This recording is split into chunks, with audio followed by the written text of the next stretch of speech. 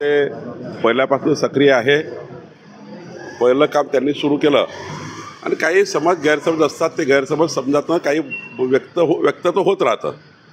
पण माननीय भुजबळ साहेबही काम करतात आहे, त्यांची सर्व टीम काम करतात आहे.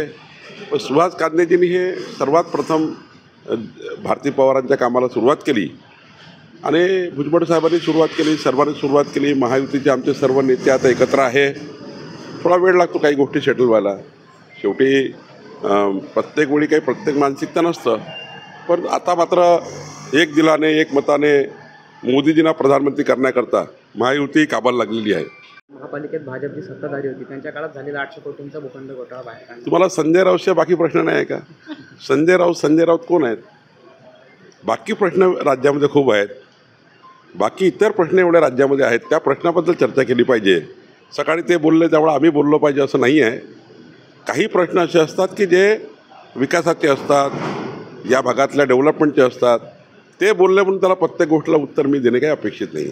1977 पासून शरद पवारांचं आयुष्य हे इंदिरा गांधीजी असल्यापासून स्वर्गीय इंदिरा गांधीला धोका देणे, मग राजीव गांधीजींना धोका देणे, येस काँग्रेसचं निर्माण करणे, पुलोसचं निर्माण करणे, पुलोस सोडणे, येस काँग्रेस सोडणे, कुठे कुठे शरद पवार साहेबांचा पुन्हा प्रवास जो आहे तो असा भटकंती राहिलेला आहे, भटकंती.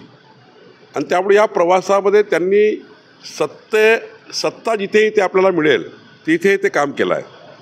आणि शेवटी एक काळ असतो, त्या काळात ते जमतं. पण जो काळ निघून गेला त्या काळात मात्र ते कळत नाही, म्हणजे होत नाही. त्यामुळं राज ठाकरे साहेबांचे बोलले ते योग्य आहे, बरोबर आहे. या टप्प्यातल्या 11ही जागा महायुती जिंकेल आणि प्रचंड मताने जिंकेल.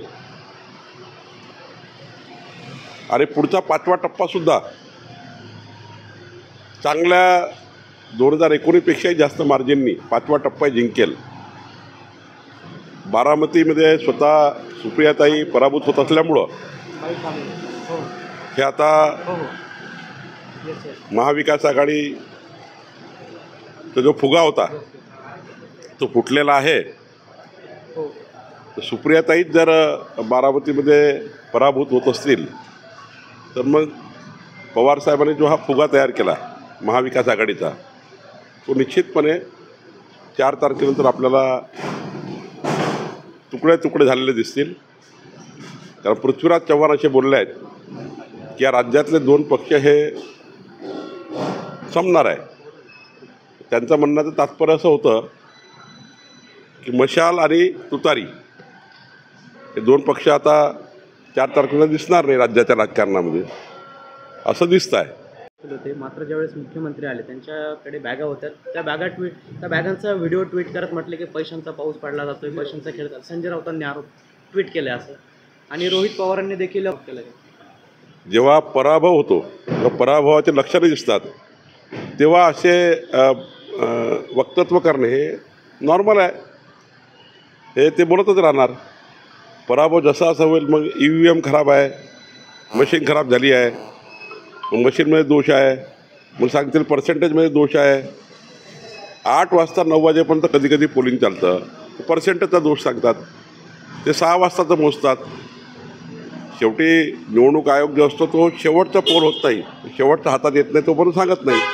हे आता 1000 कारणं काढतील. एकनाथ शिंदेने हे केलं, देवेंद्रजींनी ते केलं.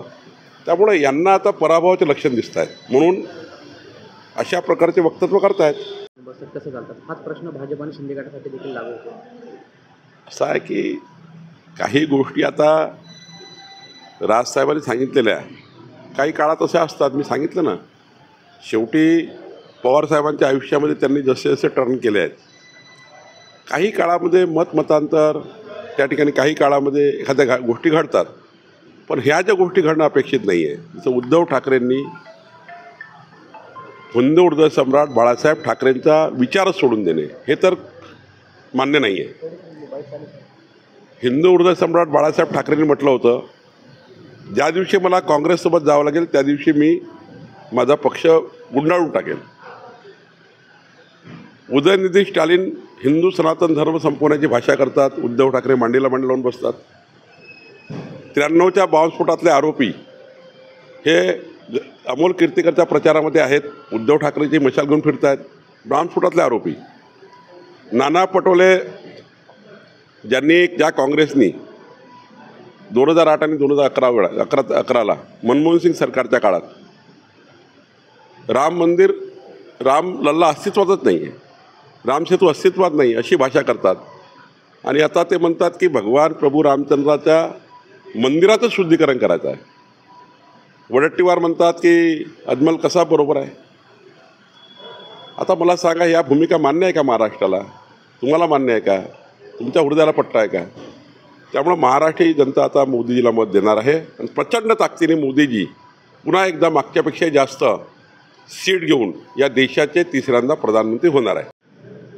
राजसाहेबाचा एक विचार आहे, आमच्याकडे 90% विचार त्यांचे आमचे जोडतात. काही विषयावर त्यांचे मतभेद असतील, काही विषयावर त्यांचं मत असेल. त्यांचं मत बदलवणे काही मी एवढा मोठा नाही आहे, त्यामुळं त्यांच्या मताला ते सहमत आहे. पण एकदा हे महत्त्वाचं आहे की विकसित भारताच्या संकल्पनेला, विकसित भारताकरता मोदीजींना त्यांनी खुल्या हृदयातून त्यांनी मदत केली आहे, त्यांनी सपोर्ट केलेला आहे.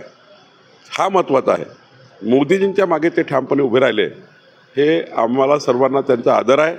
मी त्यांचे आभारी मानतो आपल्या माध्यमातून की मोदीजींच्या नेतृत्वातला भारत निर्माण करण्याकरता राजसाहेबांनी मोठा पाऊल उचलला आहे. त्यांना काही काळ असतोच, त्यांनाही वाटतं मला तिकीट मिळायला पाहिजे होती. प्रत्येकाच्या भावना असतात, भावना या हृदयातल्या असतात. त्यांना वाटतं दिनकर पाटील चांगले कार्यकर्ते आहेत, चांगले उमेदवार आहेत.